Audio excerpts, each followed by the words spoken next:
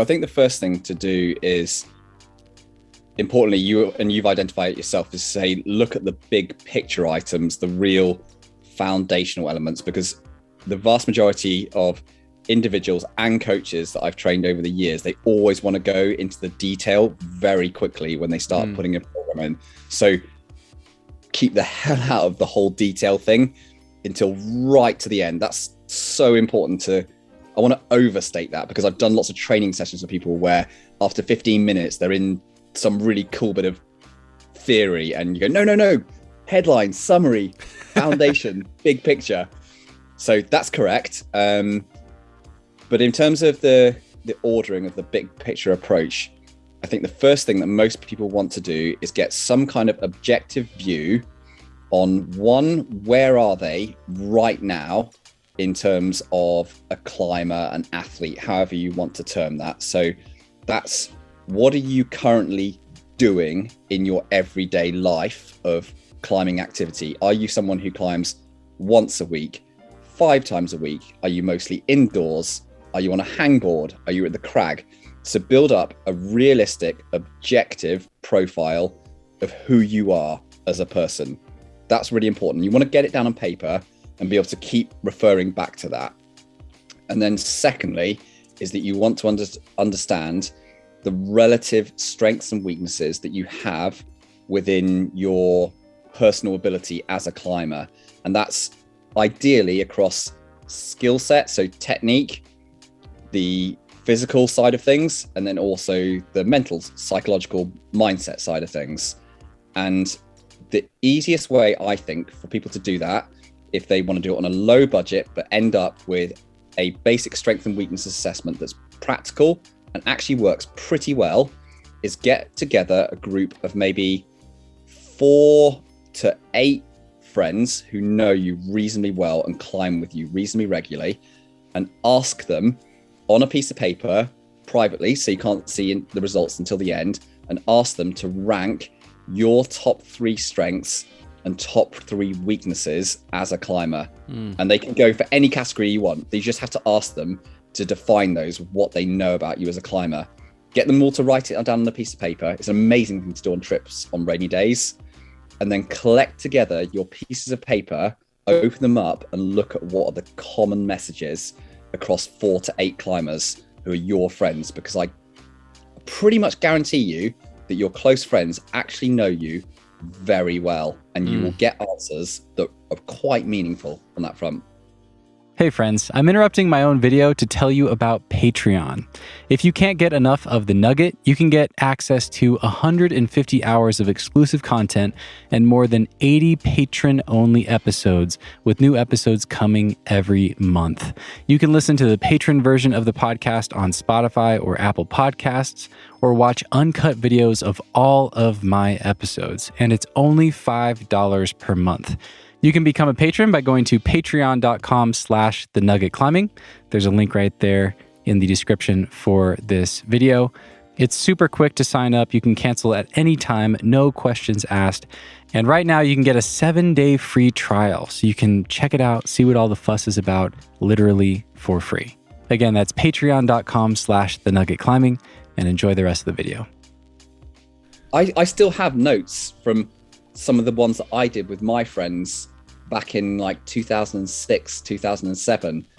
And I was shocked by a few of the things they said, but shocked in the way that it kind of hurt, because I went, oh you're right. You know it's true. Yeah. But I promise you, I was training all the things that I kind of shouldn't have done because they were my strengths already, and I was ignoring these weaknesses. But seeing 4 or 5 friends all say, your short end power endurance, things that take 10 to 15 moves that are really hard, is terrible. And you're right, it is. Yeah, that's a great example. I'm curious, any other examples that stand out for you? Anything you still remember from that 2006 or 2007 timeframe? Finger strength was my other one. Strength. Okay. Back then, I could barely hang a 20 mil edge two-handed at body weight. Wow. I would shake. I remember doing it. Yeah. I'm definitely the product of plenty of training and being incredibly weak initially. And it was because I put a high degree of focus and trusted the things that people had told me were wrong. And this, I suppose, takes me to the summary headline concept of when you have identified all those things as an individual that you might be looking to work on, and your weaknesses or your areas of potential, however you want to term it, is you want to then say, I can only realistically work on 1 to 3 things in a particular training cycle, and keep that kind of focus on it. So say, yes, I can work on finger strength and upper body power, or I can work on my roof technique and my on-sighting confidence, but be quite focused in any one training cycle, because I've definitely seen poor results from training programs of those that identify 8 things to do and they go, I'm so psyched, I should just work all of these over the next 6 months, and they just end up with no focus. It's better to do 2 really well than do 6 in a mediocre manner. You'll have a more meaningful result. I'd say the 2 pairs that would be very difficult to work are to work strength and power endurance in the same cycle, or to work endurance and power endurance in the same cycle. So the two parts of the kind of energy system, which are next to each other, if you work them together, you end up with this weird blend of something in the middle, and it's not particularly effective. So you can work very high-end strength and really low-end base endurance to work together. That works okay. But a combination of stuff in the middle and next to each other, I don't see it as being hugely successful in most cases. Oh, that's good to hear, because I guess that would have been intuitive to me as far as the strength and the power endurance, because the power endurance just takes so long to recover from, and it's going to zap your high end. But I would have thought that the low end endurance and the power endurance would have been a decent pair. So you think it's better to avoid that combination? Yeah, because if you're trying to develop and improve your power endurance, what you're really talking about here is refining your base capacity for aerobic work, so that endurance work, and you're refining it to the demands of your sport.